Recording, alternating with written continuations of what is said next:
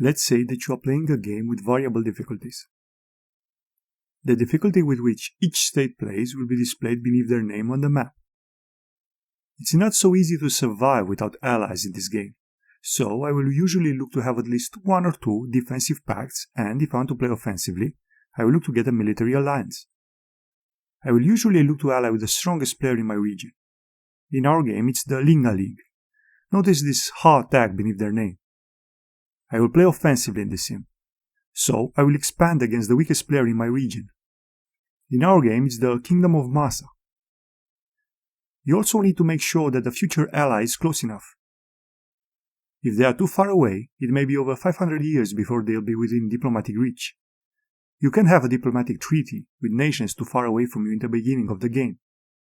But every 144 years, the reach of our diplomats increases.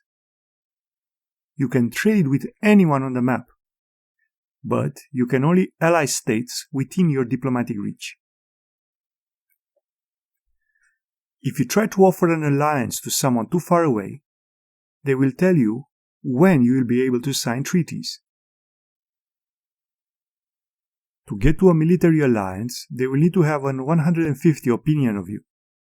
This is done in steps. You reach 50 by aligning with them ideologically.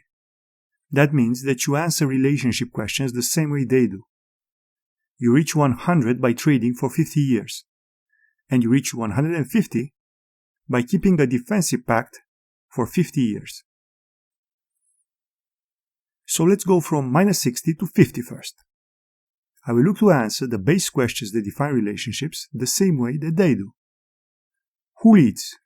They answered a healer. I answer one healer as well. Who can marry? They only permit one woman and one man. I answer in the same way. What's their tasty position?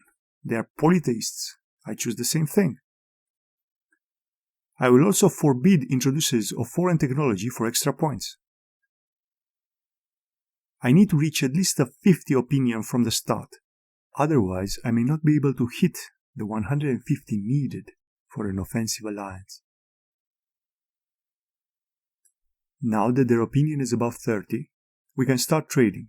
I want a strong ally that can afford the top units, so I will usually send them military equipment. They never decline an offer like this. I will also request all their prestige products so that they can earn as much gold as possible.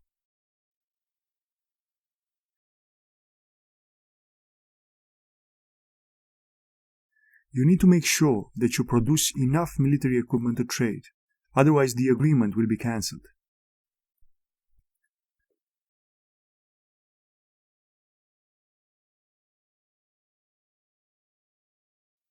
Okay, so it's been 50 years since our trade has begun. Our relationship is now at 100. We have expanded and we have someone that does not like us on our border. We need a defensive pact. A defensive pact is a treaty that guarantees a military intervention if either of the states is attacked by a third party. So, if someone attacks us, they will come to our aid. If someone attacks them, we will join the war automatically. But if either of us attacks someone else, then neither will get called. For that, we need a military alliance, and to get to a military alliance, they need to have an opinion of us of 150. You can get a defensive pact without having a 100 relationship, if they have many enemies and no allies. But we played on the safe side and got to a 100 relationship. Another thing that you need to be careful about is the number of treaties they have going. If an AI nation has more than 5 diplomatic treaties or 7 trade agreements, they are not likely to accept any new treaties. It's important to be first. Okay, more years have passed. They now have an 150 opinion of us. It's time to set up a military alliance.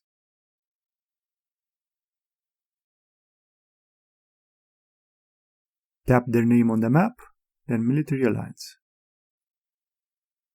Done. Now, if you attack someone, they will join the fight. Let's declare war on the Kingdom of Masa. We have territorial claims against them, so we'll use the territorial claim Casus Belli. Very important, don't forget to call your allies to join the fight. If you are inviting a human player, he will need to accept your invitation before joining. But AI nations will join automatically.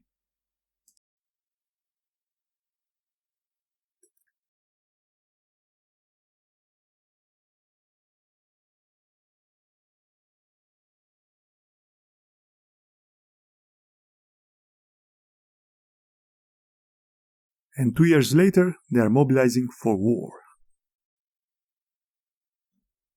While we watch the war unfold, an addendum.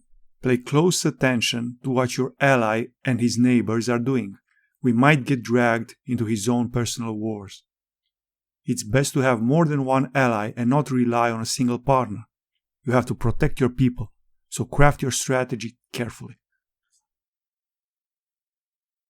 To ally with a human nation in online play, just visit the chat room and drop them a message. Or just send a treaty and see what happens. Thank you for watching. Diplomacy matters, and I hope your country is never alone in Minds of Nations.